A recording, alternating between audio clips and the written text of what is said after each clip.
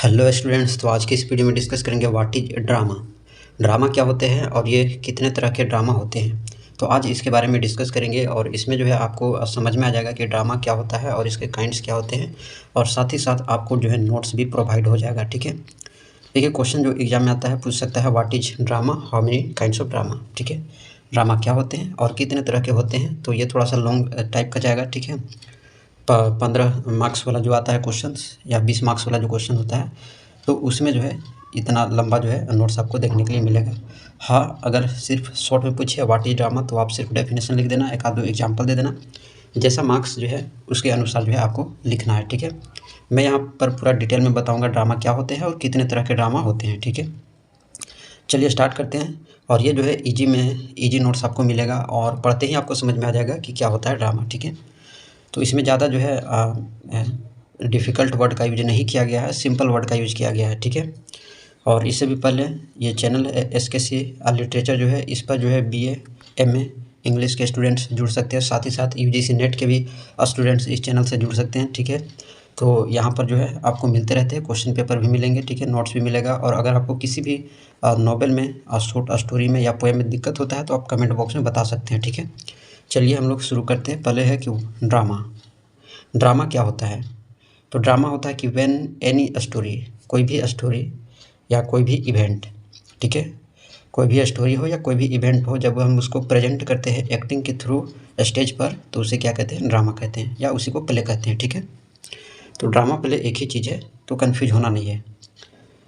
तो समझ में आ गया कि कोई भी स्टोरी हो या कोई भी इवेंट हो, ठीक है, जब हम उसको प्रेजेंट करते हैं एक्टिंग के थ्रू स्टेज पर तो वो क्या कहलाता है? ड्रामा कहलाता है। ठीक है, थ्रू द ड्रामा और प्ले ए मैन और वुमेन, यानी एक्टर और एक्ट्रेस, प्रेजेंट हिज और हर, ठीक है, फीलिंग, रिएक्शन, एटीट्यूड, इंटेंशन और explanation on different social activities through their acting. ठीक है, तो एक्टिंग के थ्रू जो हम लोग दिखाते हैं रिएक्शन को, एटीट्यूड को, फीलिंग को, जो एक्टर दिखाते हैं, ठीक है, जो एक्ट्रेस दिखाती हैं, तो वो क्या होता है? ड्रामा होता है, सिंपल। ठीक है, the drama is the source, drama source है, present statement, social activities, social custom, happening events directly before the audience. ठीक है, तो ये क्या है? सोर्स है, स्टेटमेंट का है, सोशल एक्टिविटी का है, सोशल कस्टम का है, हैपनिंग इवेंट्स का है।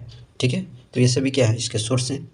उसके बाद जो है कि actually the drama is not the acting part, ये सिर्फ एक्टिंग पार्ट ही नहीं होता है, बल्कि it is the backbone of human activity, ये ह्यूमन एक्टिविटी का बैकबोन भी माना जाता है। ठीक है, so the statement by acting is better than written statement as a story, poem, essay and novels. ठीक है, अगर लिटरेचर के अकॉर्डिंग देखें तो स्टेटमेंट जो होते हैं बाय एक्टिंग से ज़्यादा जो होता है उसको रिटेन स्टेटमेंट होता है, जैसे स्टोरी हो गया, पोएम हो गया, एसे और नॉवेल्स। ठीक है, secondly only a literature person can know the situation of society.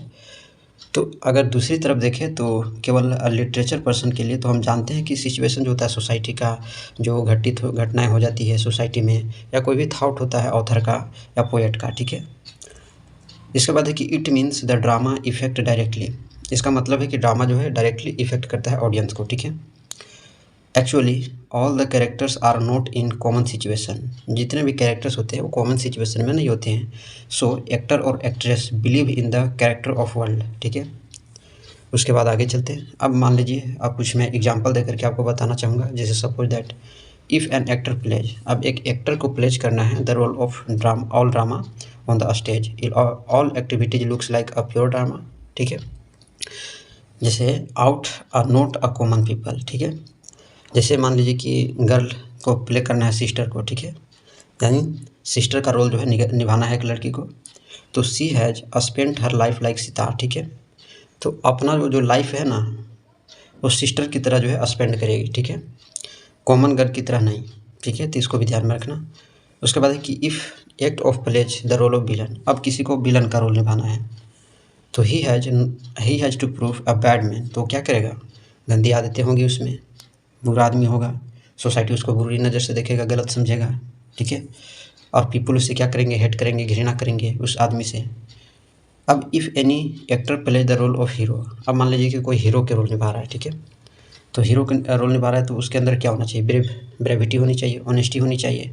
ठीक है, दूसरों की मदद करने की भावना होनी चाहिए, तो उसे क्या कहते हैं, हीरो कहते हैं। ठीक है, तब वो क्या करेगा, पीपल जो सोसाइटी के लोग होंगे उसको क्या करेंगे, रिस्पेक्ट देंगे। अब मान लीजिए कि एक वुमेन को रोल निभाना हीरोइन का, तो हीरोइन के जैसा बिलवड से प्रेम की भावना जो है फीलिंग को एक्सप्रेस करेगी। ठीक है, अब इफ़ एन एक्टर और actress play the role of parents, अब पेरेंट्स का रोल निभाना है तो क्या करेंगे, they are spend their life in old man, बुढ़ापे के आदमी को उन लोग को जीना पड़ेगा। ठीक है, तो इतने एग्जाम्पल से आपको समझ में आ गए होंगे कि ड्रामा क्या होते हैं। अब डिस्कस करते हैं कि ड्रामा के टाइप्स कितने तरह के होते हैं। ठीक है, देखो there are 3 kinds of drama. ठीक है, हिस्टोरिकल ड्रामा, ट्रेजिडिकल ड्रामा और कॉमेडिकल ड्रामा। ठीक है, हिंदी देख लो, ऐतिहासिक, दुखांत और हास्य। ठीक है, बारी बारी से सबको डिस्कस करते हैं। सबसे पहले जो है हम लोग डिस्कस करेंगे फर्स्ट वाला को कि if you notice to the historical place, अगर हिस्टोरिकल प्लेस को देखा जाए, नोटिस किया जाए, तो वी फाइंड दैट, हम पाते हैं कि आवर हिस्ट्री या पासिंग इवेंट्स, हमारे जो इतिहास है या जो घटनाएं जो घट गई है वो अच्छी भी घटी है और बुरी भी घटी है। ठीक है, मतलब अच्छा भी हुआ है और बुरा भी है। ठीक है, तो repeated by only historical plays, तो अच्छाई और बुराई हम लोग केवल हिस्टोरिकल प्लेज से ही रिपीट कर सकते हैं। ठीक है, otherwise our present people will be unable to note what were history of the society and nation. ठीक है, अगर दूसरे शब्दों में देखा जाए तो historical places do not remind only the scene of passing time और events, they also present the foundation of the world, world का फाउंडेशन प्रेजेंट करता है। ठीक है, तो इसको भी ध्यान में रखना है। उसके बाद actually history learns us something, तो हिस्ट्री हमें कुछ सिखाती है। Without known our history we can not develop our life, बिना हिस्ट्री जाने हम अपने लाइफ को डेवलप नहीं कर सकते, सोसाइटी को डेवलप नहीं कर सकते, नेशन को डेवलप नहीं कर सकते।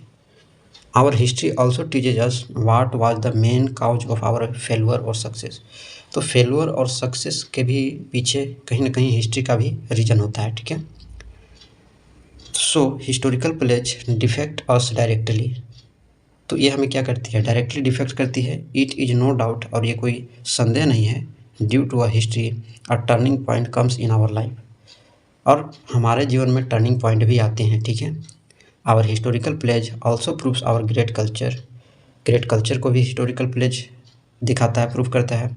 और due to historical plays begin the example of great personalities, great leader, scientist, artist, doctor, professors, warriors, etc। ठीक है, बिफोर आवर न्यू जनरेशन, हमारे जनरेशन से पहले,